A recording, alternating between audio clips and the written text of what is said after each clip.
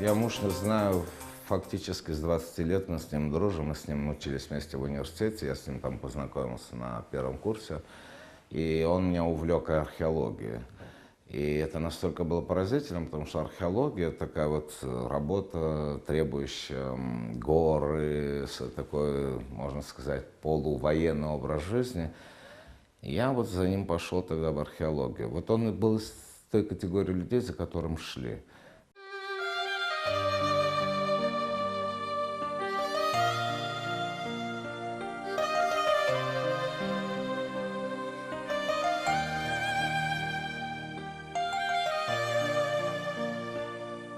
Он учился в Питере, аспирантом был. Он же уникальный был археолог. И вот этот профессор Любин, прошло 19 лет уже, и он всегда страдает. Он сказал, у меня такого ученика не было. Это был прирожденный ученый, палеолитчик.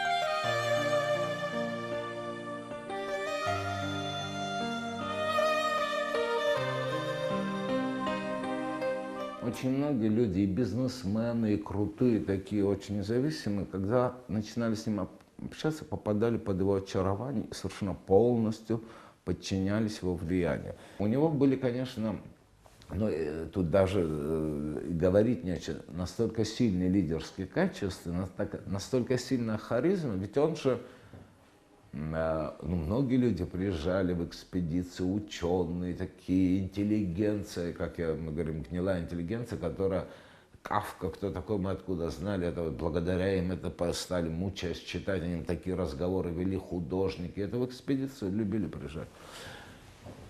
С ним они робели, они сказали, столь интеллектуального общения, как с мужем, у него была природная интеллектуальность, вот природная. И он был из той категории людей, которая просто разоруживала любого.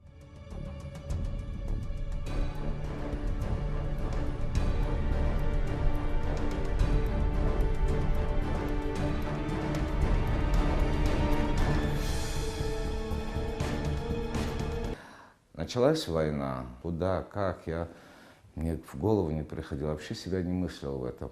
Но вот муж не пошел, и как-то я посчитал, вот он там, я должен быть рядом с ним.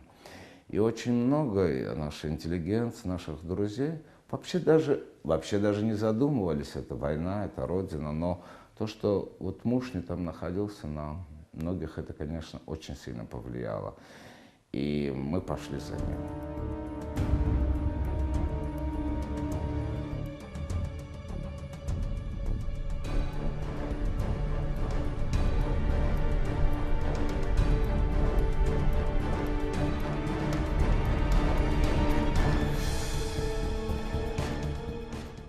Должна восторжествовать на переговорах истина. Если там не будет истины, не то, что это лично в мою пользу или лично в пользу моего народа, нет.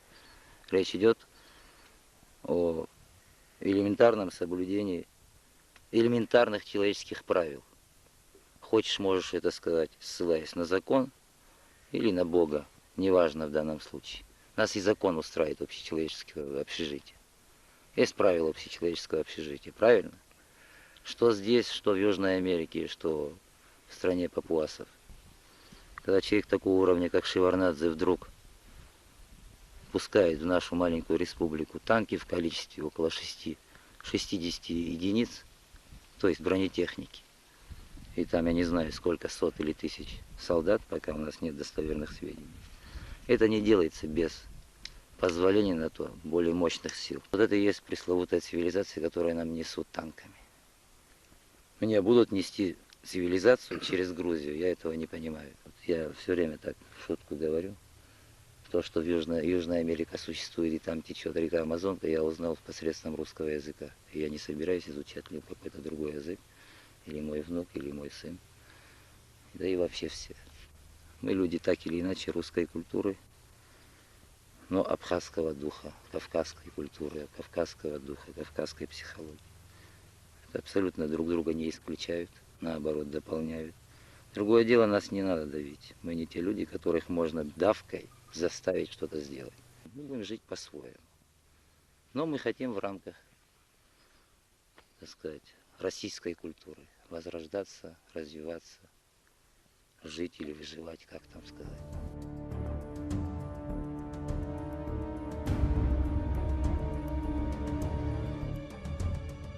Рядом с ним ощущения страха не было.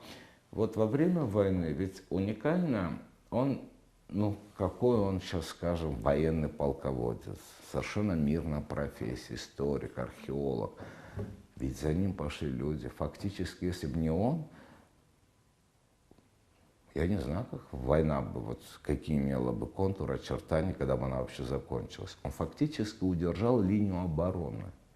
Он фактически сформировал вот то народное ополчение, которое потом сформировалось в военные батальоны. Вначале его не было. Вот это по всей линии обороны он сам пешком ходил. Вот он расставил людей столько. Откуда эти знания, вот военные, стратегические, у него могли появиться?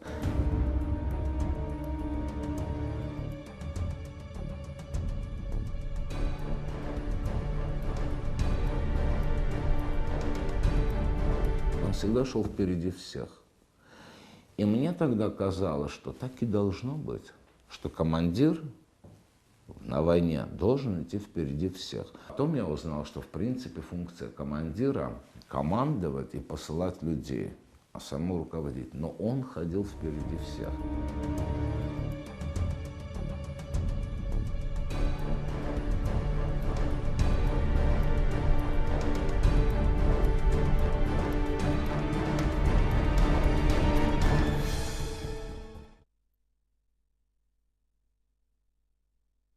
Азви пшзам зынза. Бзин бешодо. Истахны иземе бешодо. Зынза. Абзир яштам гео. Зигео. Ус зиге айсчакна зигерту хозар. Дара зиги хайх храт халарна халонаха. إذا يحسوا بوا يخي يختم عزو أخي يختم يختم قزاز يقزو يزجي قزرنجيو حرموخي قلت راح كروبلس حت كروبس شو ها Откровенность была удивительным его качеством. Вот знаете, иной раз откровенность одних людей вызывает раздражение и противостояние. Его откровенность вызывала, не раздражала, хотя очень многим не нравилось. Это касалось и войны. И когда он сказал, не может каждый быть героем, не каждый может переступить какую-то черту, мы говорили. Но те, которые пришли сюда, то есть все, вы должны полностью как бы понять, что это вот забыть обо всем и только вот защита Отечества.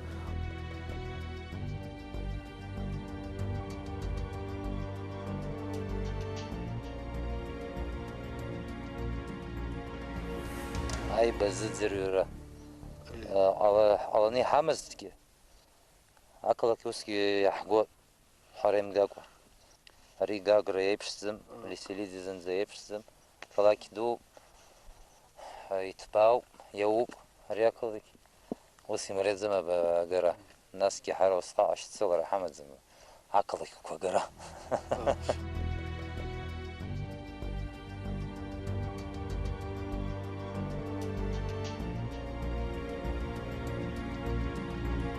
يا حجم حكام زيك حجم أخا إيش حجم يحضرت حيش خرج يحضرت ويجي خارج زموي президенты خارج زموي парламент خارج زموي زيجي خوش جدوجي أبسوا حالكنا زيجي حخرو وان زي حاجة زيجي إخي حاجة زيجي ويزيجي تحاجب وبرزها يحاجموا حوس أحسوت حمزر بسوا حمد أختي حكوت أملا يا حنكو قزر علب فورما جيك شرمت زوج شهر يرمز يحمز حشو يحشم يحمو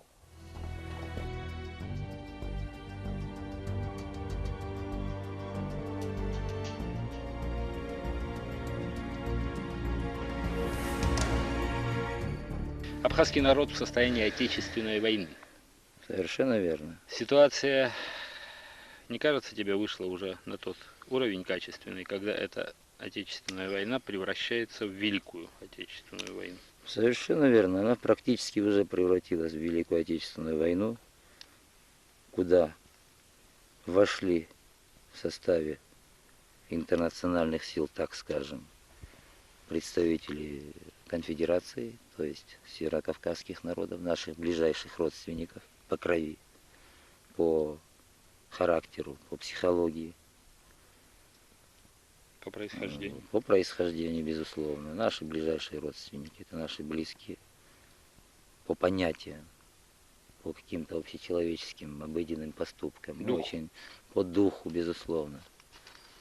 Есть, конечно, какая-то разница между нами, мы были изолированы достаточно долгое время. Но в то же время дух есть дух, он, видимо, так просто не улетучивается, как винные пары. Человек — это нечто более великое, нечто более большое, так скажем. Я более чем уверен, что чем больше нас давить будет, тем больше этот дух будет возрождаться, тем больше будут просыпаться гены, тем больше будем мы познавать друг друга, помогать друг другу.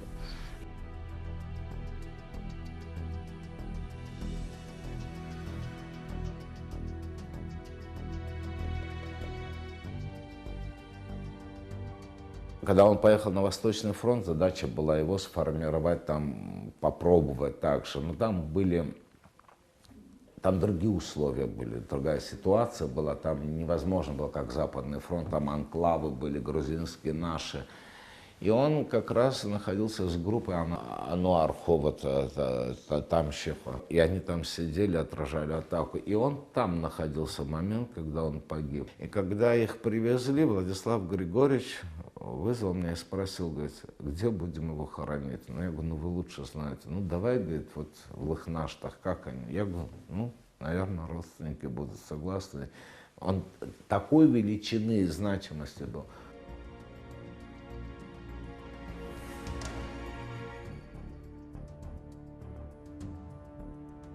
Смерть Мушня — это была как катастрофа для всех, кто был на Западном фронте, на Восточном. Когда мы услышали, когда его привезли, вот эти 3 дня, которые он был, вот честно вам скажу, у меня было ощущение, что все, на этом война закончилась, ну, моя война, что мы проиграли, что вот 3 дня я просто думал, что больше мы не сможем. До последних моментов ни один день войны не обходился без того, что бы сказал Мушня.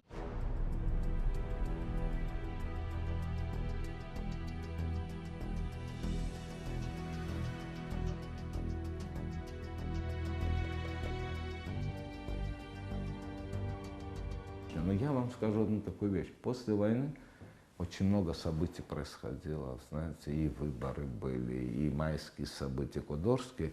Не помню ни одной ситуации, это не только я, это очень многие.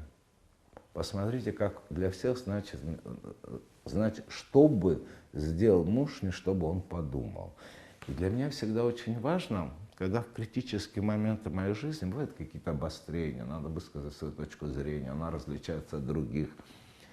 Я вот сижу и думаю, сижу с друзьями, теми небольшими осколками вот того сообщества, сижу и думаю, вот интересно, вот что бы вот сейчас от Гуру Налупа сказал бы, с кем бы он был, как бы он себя повел, что бы сказал бы Мушня, Хварцке, Лаши, Когоня. Вот мне все время приходится соизмерять иногда свои высказывания, свои поступки, думая, что, возможно, они поступили бы так. Может, я ошибаюсь.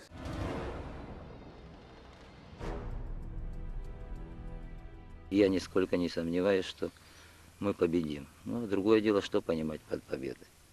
Победу духа или победу какой-то физической силы. Расправы нашей над кем-то другим, который на нас пошел. В данном случае, это еще об этом надо еще поговорить. Это другая тема совсем. Я всегда считал, что чем мы станем все, в итоге превратят нас, как это сказать правильно, не хочу, чтобы мой народ стал полностью, была массой, которая занимается доставанием каких-то долларов или рублей. Мандаринами там торговали. Нас к этому вели и чуть не привели. Слава Богу, мы к этому еще не пришли, а уже и не придем, я думаю. И вот все то, что происходит, это еще спасибо кое-кому надо сказать. Кстати говоря, если наша нация возродится только через вот это, то, что сегодня и происходит. Через страдания. Через страдания, безусловно. Что Варнадзе сделал, я не знаю, как это сейчас, я не буду характеристику давать этому явлению, это и так видно. Но в итоге он сплотит, возродит наши маленькие народы. И я думаю, что мы выживем в другом качестве, более хорошем, более добром, более мужественном, более честном. Если бы он остался жив, я все время думаю, какой бы политический спектр был бы в Абхазии, какая жизнь была бы в Абхазии. Я думаю, что он был бы очень влиятельным.